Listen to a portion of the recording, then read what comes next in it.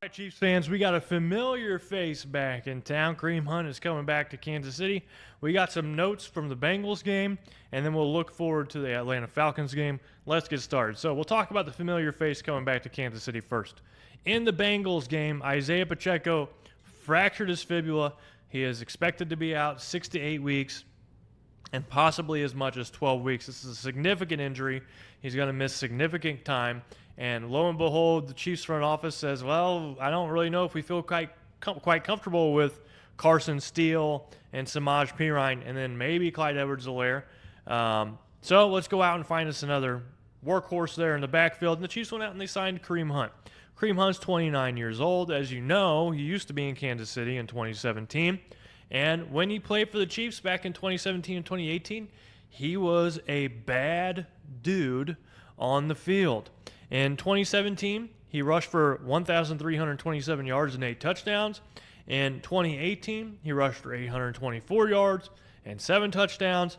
But he only played 11 games in 2018 because he had off-field problems where he was getting in altercations with people in a hotel room.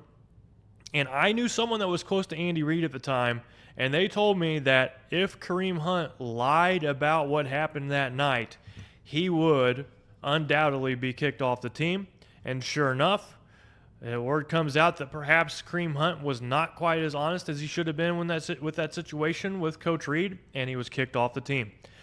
Later, he was picked up by the Cleveland Browns, and from 2019 to 2023, he filled a nice role for their offense, mostly being a backup or a change of pace back for Nick Chubb. In 2019, he had 179 yards, rushed for 4.2 yards per carry. 2020, his best season with the Browns, he rushed for 841 yards, 4.2 yards per carry. 2021, he had 386 yards, 4.9 yards per carry. 2022, 468 yards, 3.8 yards per carry. 2023, 411 yards, 3 yards per carry. So, if you look at the trajectory of his career, his last 2 seasons, he's seen a steep drop-off in production, going from 3.8 yards in 2022 to 3.0 yards per carry in 2023. And this is why no other team had picked him up. So the thought is that Kareem Hunt is in decline. His best years are behind him. And I think this is a fair and reasonable kind of thought process with what Kareem Hunt can bring to the table going forward. Do I think the Chiefs could use him, though? With Isaiah Pacheco out, I'm going to say yes. I do not believe he will be geared up and in pads to play versus the Falcons, but maybe after a couple weeks, he can be filling a role for this team. But right now, the number one back in Kansas City is Carson Steel. Carson Steel so far this season has only carried the ball 9 times. He has a fumble, and he has 27 yards to his name. So he's averaging 3 yards per carry, and I believe that Carson Steel is better than 3 yards per carry. If you go back and look at his college tape at Ball State and at UCLA, this guy was a monster in college. And I think that while he doesn't have top-end speed, he is very strong. And this could be a problem for NFL teams to tackle him, especially if he gets to the second level. So, I think Carson Steel, being the number one back in Kansas City at this point in time, is not the worst thing in the world. I have a lot of faith in Carson Steel.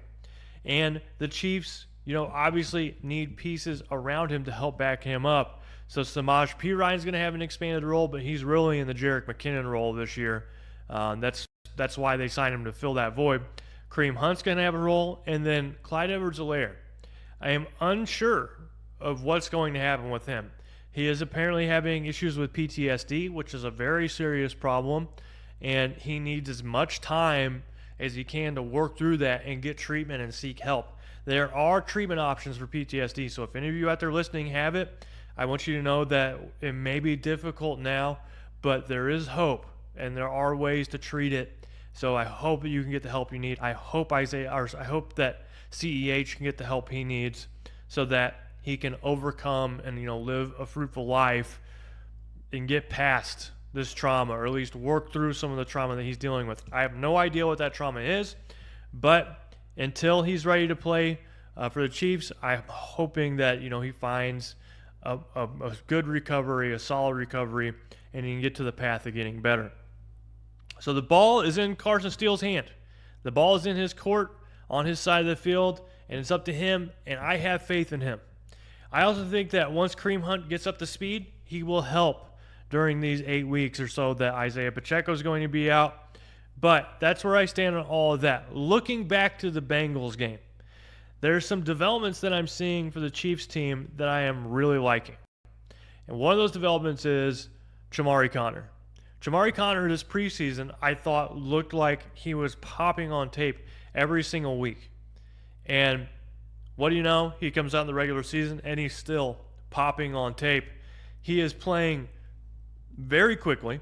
He is a phenomenal tackler, outstanding tackler, has a nose for the ball, and I could see him starting to sort of fill that L'Jarius Sneed role for the Chiefs, that player that can rush the passer, has great speed, can get downhill, can do some coverage things, can play that strong press cover style play in the secondary.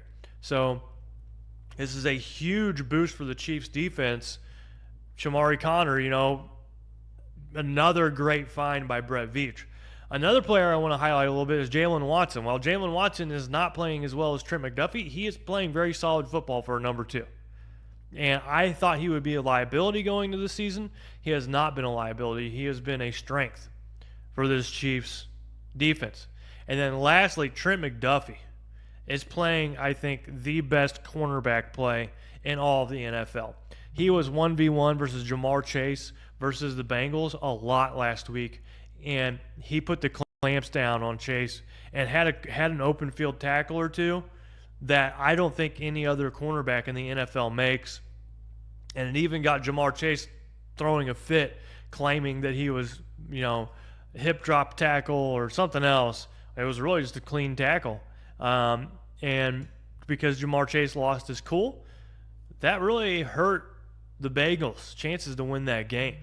And so the Chiefs did what they do versus the Bengals, especially these last 2 games. They keep it close, and then one of the rookie players on the Bengals roster makes a mistake. Both of the times, last time it's been a rookie defender that made a mistake. The Chiefs took advantage of it, and what do you know? Harrison Butker's kicking a field goal as time expires, and the Chiefs are winning. So ever since the whole Burrowhead thing came out, the Chiefs have not lost versus the Bengals. And I think this is going to continue. I don't think that the Chiefs have the Bengals figured out by any means. I think the Bengals are a bad matchup for the Chiefs. But they've at least found a way to win the last 2. And if you give Andy Reid enough chances, he will find a way to win. That was last week's game versus the Bengals. Andy Reid just finding a way to win. This is why he's one of the winningest head coaches of all time. He can beat you a million different ways. The Chiefs turned the ball over 3 times. Patrick Mahomes threw for like 150 yards. They looked like crap. They had to bench their left tackle towards the end of the game. And what do you know? They still win the football game. This game might not have been close had the Chiefs not turned the ball over 3 times. So this Chiefs team right now, I think, they're not playing anywhere near their best football, and they still are winning versus quality opponents. And I want to talk briefly about Kingsley Suamataia. I think that he had his welcome to the NFL moment versus Hendrickson last week. Hendrickson is awesome. Make no mistake about it. And whenever Kingsley Suamataia has faced off against anyone that was not Hendrickson, he's looked pretty dang good. So I think he's going to be given the starting nod versus the Falcons. I don't think it's going to be Wanya Morris. We'll see what happens with that.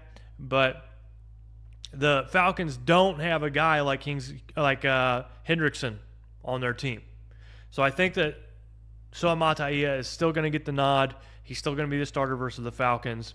And now that we've talked about all that, we start talking about, Suamataia getting the nod versus the Falcons. Let's roll into the Falcons game. But before we get there, I want you all to take a moment and hit the like button if you've not done so already. Much love and appreciation to all of you.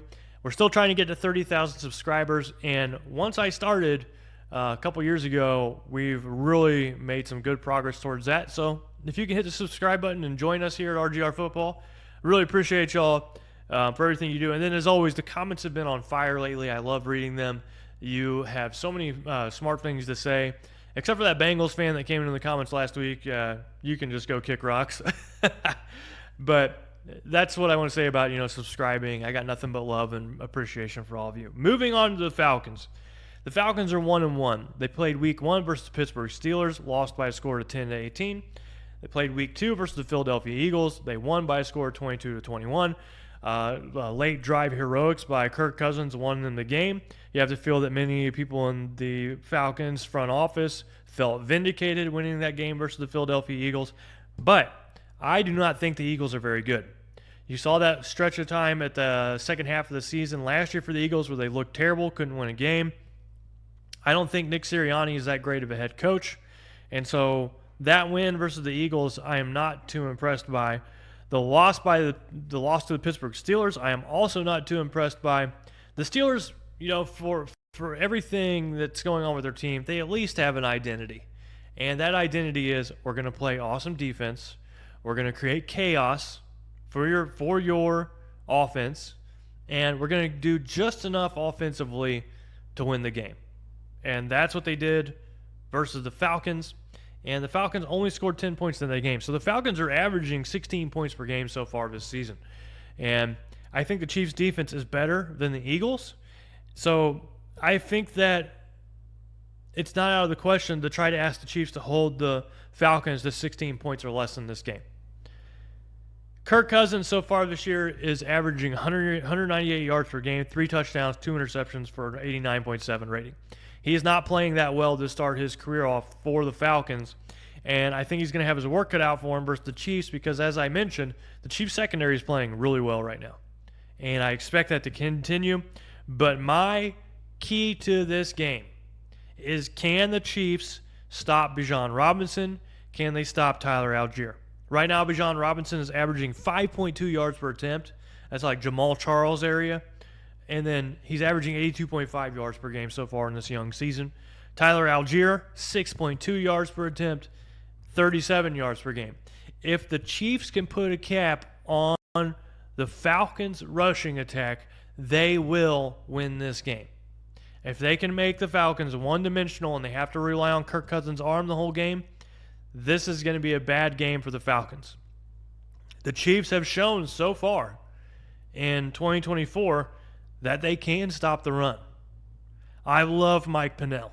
He has been doing so well in the run game, and I think this Chiefs defense is built now. I know this is going to sound crazy because it hasn't been the case the last several years, but is built more to stop the run than it is to stop the pass right now. And I think they're very good at both, but you have to look at the addition of, well, I guess it wasn't an addition last season, but I want to say the more playing time for Drew Tranquill. Nick Bolton has not looked good in pass defense. And right now the Chiefs are really lacking that linebacker that can have great pass coverage like Willie Gay. And so this is why I think they're more equipped to stop the run than the pass this year, particularly versus tight ends. So the Chiefs might have some struggles versus Kyle Pitts. And, trying to stop the receivers or the running backs out of the backfield from catching the ball.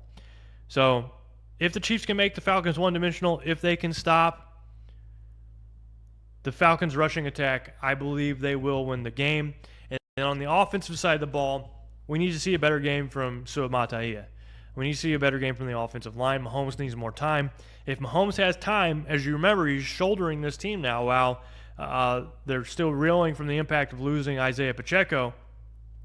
So Mahomes needs time more than ever in this game. And if he gets it, the Chiefs will win.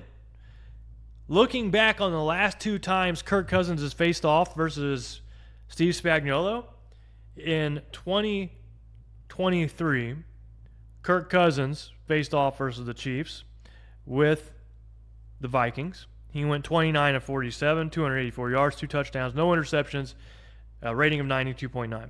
The Vikings lost that game to the Chiefs by a score of 20-27. But the game I really want to talk about is November 3rd, 2019. So in this game, Kirk Cousins faced off Steve Spagnuolo again. Well, actually, it was for the first time while Spagnuolo was with the Chiefs. And the Vikings lost the game 23-26. Kirk Cousins went 19 of 38, 220 yards, 3 touchdowns, no interceptions, a rating of 94.2. And who do you think outplayed Kirk Cousins in that game? If you're thinking Patrick Mahomes, no. It was Matt Moore. So you remember this was during that stretch of time where Mahomes had hurt his knee. Matt Moore comes up as the starter for the Chiefs. He ends up going 25 of 35 for 275 yards, 1 touchdown, no interceptions, and a quarterback rating of 103.9. I loved this game. I remember this game fondly. Went in thinking, we're probably going to lose, but oh well, let's see what happens. And the Chiefs win. They pull off a win. At that point in time, the Vikings had a good record. And so it was an impressive win for a backup quarterback, and just goes to prove again just how good Andy Reid is, just how well he can prepare whoever is playing at quarterback, and he knows how to win football games. But in that game, it was not only Matt Moore that stole the show. Damian Williams had 12 attempts for 125 yards in that game. So Damian Williams was running all over the Vikings defense. So we'll see what happens this week when the Chiefs face off versus the Atlanta Falcons. Kirk Cousins is still a good quarterback, but really you got to stop that rushing attack for the Falcons. But that's all I got to say for this week. I hope you all have a great rest of your week. Enjoy your weekend, and let's enjoy some Sunday Night Football with the Chiefs. Y'all take care. This is Gary signing out. Go Chiefs. Thanks for watching this video from the team at RGR Football. Click these videos to see more and subscribe to RGR Football.